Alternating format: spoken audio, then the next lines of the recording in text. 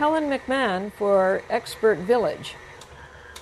We have our batter going here, and it's cooking along, or it's beating along. And the next thing we need to do is to add our leavening agents.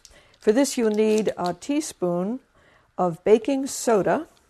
And this is a very nice container because you can flatten out the top as you're taking it out of the package.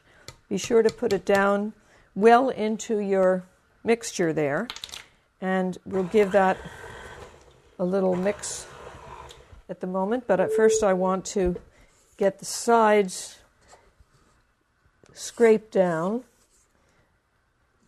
It's a continual process of scraping down the sides and scraping some of the mixture off the beater. But you can see how the dough is shaping up now.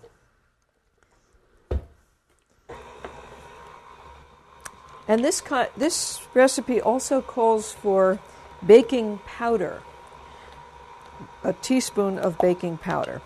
And again, I've got a nice flat edge so that I can scoop in and automatically get the right measurement. I'm going to stop the machine because as you add this, I want to make sure it gets into the body of the mixture and doesn't go flying out into the air.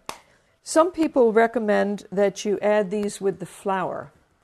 I prefer to add them beforehand because I think they're easier to incorporate, and you can make sure that the mixtures actually are working the way they should be.